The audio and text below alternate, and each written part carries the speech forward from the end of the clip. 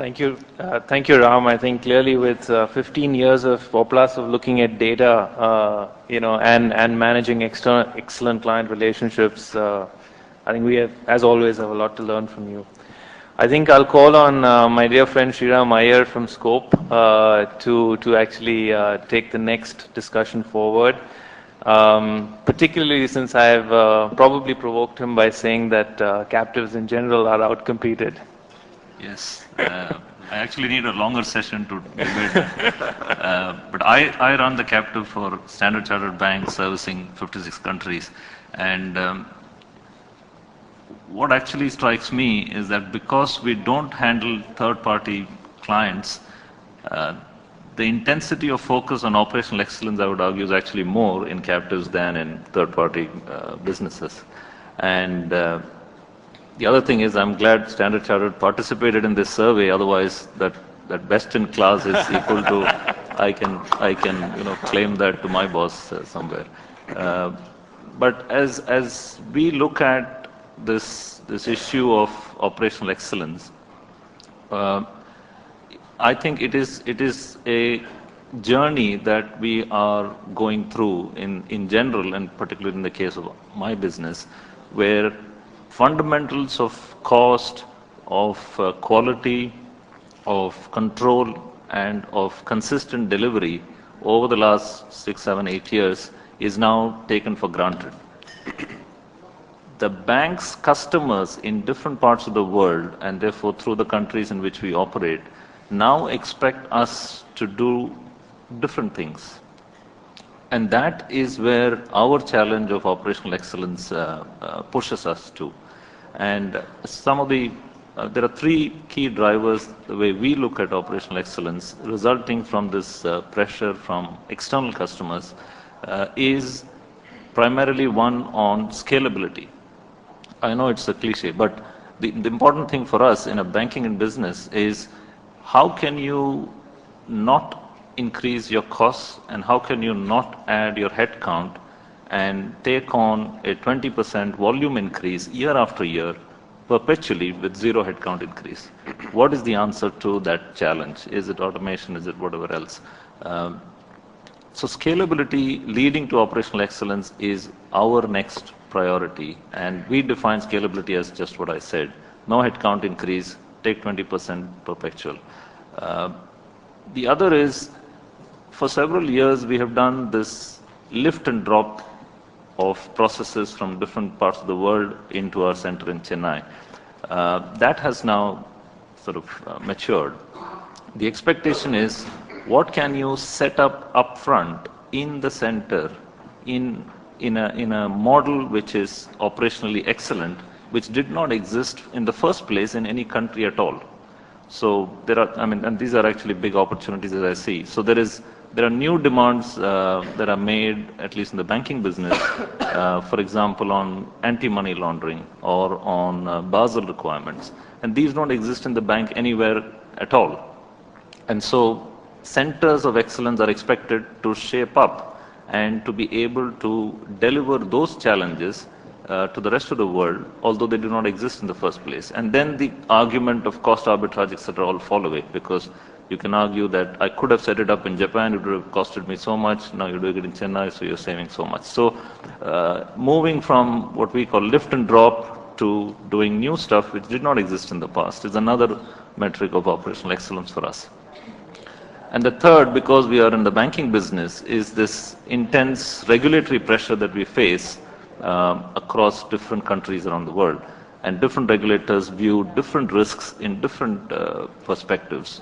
And the expectation is that a captive center like us, with over 5,000 people, is expected to understand risk and protect our customers' financials and thereby the brand.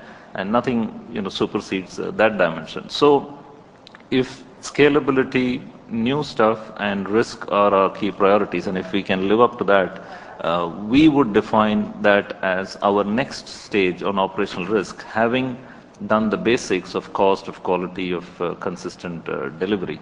And then, if we do a good job on scalability, that will lead us to having a proper utility kind of processing center and then de-skilling the kind of work that you do, and then hopefully not having to recruit as qualified number of people as we currently do, and then therefore going down the resource pool in the country, thereby reducing your recruitment costs and employee costs. So we think these are our next steps on our journey of operational excellence.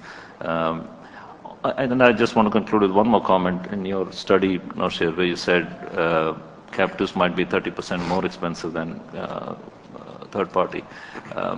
I think over time, captives, in my view, will have to constantly debate why is it that there is a perception and in some cases the reality that you are, say, 30% more expensive. Some of it may relate to what happens globally on international standards, and so you adopt them being a captive. But on the other hand, I believe third parties would also need to debate what is it on the cost line they today do not invest in, which through international pressure, they might have to actually scale up and start putting money in. So health and safety standards for employees, for example, could be a case. Yeah. With that, I'll pass over the mic to my colleagues. All right.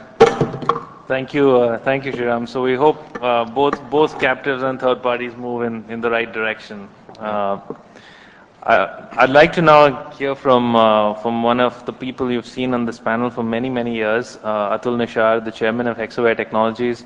Atul, as somebody who's overseen the growth of what is arguably one of the fastest growing and most profitable mid-tier companies, is operational excellence the secret of your success, or is it just that customers love you and would just like to keep growing with you, or both? After a well-researched study, when Naushir and Vivek make the presentation, when I'm asked to comment on that same topic, I feel like holding a candle in broad daylight. Nevertheless, I would make a few points based on my experience and observations at Hexaware. Firstly, the criticality of operational excellence as we see from our angle. Now we find clients increasingly see offshoring as a means to reduce time to market, increase capacity, enhance analytics, improve monitoring and decision making, thus impacting the revenue positively rather than just saving of cost. Secondly, with the increasing costs, like say salaries, even at 18% as Naushir assumed, and even though that may still be 77% lower in 2010 than the Western countries, the fact is our contracts in the short run, the rate is fixed. And often we sign 3 to 5 year contract with the escalation clause, where the escalation today is provided is less than the actual rise in the cost. And so I believe not just to increase the margins, as Vivek said, could go up by 3 to 6%, but even to maintain the margin, it is very important to keep enhancing the operational efficiencies to sustain. And of course, there is always investors' pressure to enhance the margins. So, margin point of view, it's again very critical for us. Thirdly, we find the changing profile of customers. As we've seen the McKinsey report that currently the addressable market is addressed to the extent of 10+%, which will go up to 20% by 2010. Here the increase in this clientele that is coming are a lot of clients who have not been so matured in offshoring and who are doing for the first time. So they are depending on us a lot more. So the need to handhold them, the clients much more than earlier, expects us to also have that increased level of operational efficiency.